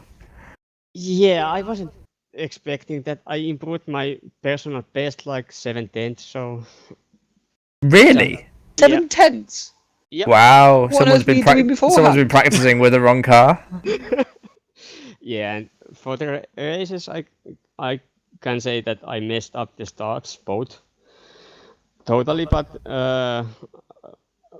looking at the lap times in the race 2, I'd say I was at least half a second slower than anyone else in race pace at the front, so I couldn't have any chances. 6th place in second race was best I could do, so I'm happy since I didn't finish the first race. Yeah, you should be. Now, moving forwards, that was probably your best chance of decent results. Do you think you'll be able to take a race win before the end of the season to go with the one that you took from me at Norisring, Trois Rivières a few seasons ago? Well, next chance might be Bathurst, but I think the Mustang will have tire issues there, so. Yeah, I agree. All right, thanks, Tommy. Well done on your pole positions. Thanks. Chris has Mike. Yeah, one of the big stories from the first race was that Mike got his career best TPS finish in 5th place there, and despite not having a car that was suited to the track. Just talk us through your first race, Mike. The first race quali, when I jumped up to second at midpoint in the session, I thought, okay, this might come good. This might be the good qualifying I'm looking for. But then it's also close. I started back in 12th and thought, okay, might be able to get a top 10 out of this, and just find a way through the first lap chaos. And then I had to actually hunt down Klaus, which roles reversed from Sachsenring, and had a good battle with him and Ruben, and then managed to find my way out in 5th place. It was not the most exciting of races for the most part, but for the bits that I was battling, it was great. And your battle at towards the end of race 1 was really good with Klaus, and we saw again, some really good defensive driving. Is it something you've been practicing with your teammates, or? Not just my teammates, just anyone. For the last 2 days or so, I've been on the public server, just doing some races with whoever's about, and it really teaches you a lot, like where people are faster or slower, where you can pass, where you can't, and I learned a lot from Rob actually over the last couple of days about how to go quick round here, and it really paid off. So race 2, it all went a bit downhill there. We caught a spin, unfortunately, sort of mid-race. What happened there? Just pushing too hard to try and catch the gap, or? No, I just clipped the wall on the inside. It was not the greatest of moments, but race 2 hadn't gone so well for me. It basically race full of mistakes up until that point. And after that point, I got into a bit of a fight with some Volvos, and managed to pass Jimmy, but couldn't do anything about Daniel Beck, who I just couldn't catch. And every time I did catch, I'd make a stupid mistake. So, I mean, we saw the Volvo had really good straight line speed, so it was always going to be difficult to make a pass on that. I mean, going forwards, it's been a promising season so far. What do you think the chances are at Zandvoort? Well, considering I never think my chances are very good, probably not very good, but hopefully it'll be another top 10 and on getting some points in the championship. So you don't think there's much chance of you improving your best TPS finish? I don't think there is, but then again, I didn't think I even had a chance at a top 10 here today. So I'll probably surprise myself, hopefully. Yeah, thanks very much, Mike. Good luck at Zandvoort, and Ryan's got the next driver. I have not. That's the end of the interviews. Ryan says it's the end of the interviews, so no more people are allowed to speak. When I say it's end of the interviews, it is the end of the interviews. That's correct. That's how it works. Thank you to all the drivers for the interviews. Thank you to all the drivers for racing here today as well, of course, entertaining us. Thank you to everyone who's watching, or has watched, or is watching at a later date on Dave. That's a UK joke for anybody who watched Top Gear. Toby, last word on this event. Rooting, impressive? Dominant, really. You can't impress more than 2 race wins, particularly when you're out-qualified by a lunatic in a Mustang twice. He got 2 good jumps and made the most of his gaps and was very steady. We, a good race winner when you don't have to follow them on the broadcast because they're just doing their job out front and keeping the gap, and he's faultless in the races. So well done to Mr. Röting, and great to see him, a new name at the top of the TPS. Brand new race winner, like you say. Yeah. What's your take on this championship battle that's unfolding between Rob and John? You can be as controversial as you like here. How do you think it's going to go? So RW obviously is the champion. John hasn't had that much glory at TPS. He's won a few races now, and he's a very tidy driver. I'm very impressed with how he drives and how he conducts himself in the races, as does Rob these days. And they're both quite cool heads. So that, you know, I don't foresee either of them making a major error. So it's going to be like this for the rest of the season. It's going to be about who can take points from the other person. Who'd you pick? You know, and now you've got to go with RW because he's the proven champion, and also, you know, he's shown perhaps slightly better pace over the season so far. Chris? So I'm going to go RW. Yeah, I mean, I think I'd have to echo that. To be honest with you, it's hard to bet against Rob at the minute. He's shown superior pace so far. John's not far behind, but you know, Rob's got the experience of winning the championship. He knows exactly what you've got to do, and you know, he's turned up with no practice today and still pulled out some better results. There we have it. THR RW bias. There, but you know, it's very, very close between the guys. THR also. But THR RW bias. Oh. I mean, it's inter-team. That's how biased THR is getting. You've now got inter-team bias. It's ridiculous. this line of thought should discontinue immediately. Right, so thank you very much, guys, for watching. We are, as I say, we're back on Saturday for the TC1 Championship at Laguna Seca. You can come and laugh at me and Chris Butcher, probably crashing into each other probably at that particular track. It's such a tight track. We'll probably be close together. Or well, not really, because I'll be that far ahead of you. Okay, so I'll have to do lots of... Oh, wow. Brian seems to have internet issues. And then we come back in 2 weeks' time to... Yeah, sorry, go ahead, Toby. Yeah, you're back. Go on. Carry on your line of thought. No, because I'm still lagging. Oh, Carry there on. You are. Okay. Well, yes, there is TC1 on Saturday. Take control. Oh, I'm doing it. The TC1 is on Saturday, and you should all watch that. I won't be commentating myself. It'll probably be Danny Asprey and Orny again. They did a really good job actually last time, so much entertainment. And hopefully he doesn't talk about Liverpool left backs like Gomez and doesn't talk about centre forwards and stuff. So look forward to that one, boys and girls. Should be a good one. And hopefully we'll see you in a couple of weeks for the next round of the VTM Championship as well. I've been Toby Davis. I've been joined by Chris Butcher and Ryan Cullen. But until the next time, until then, see you guys later and enjoy yourselves.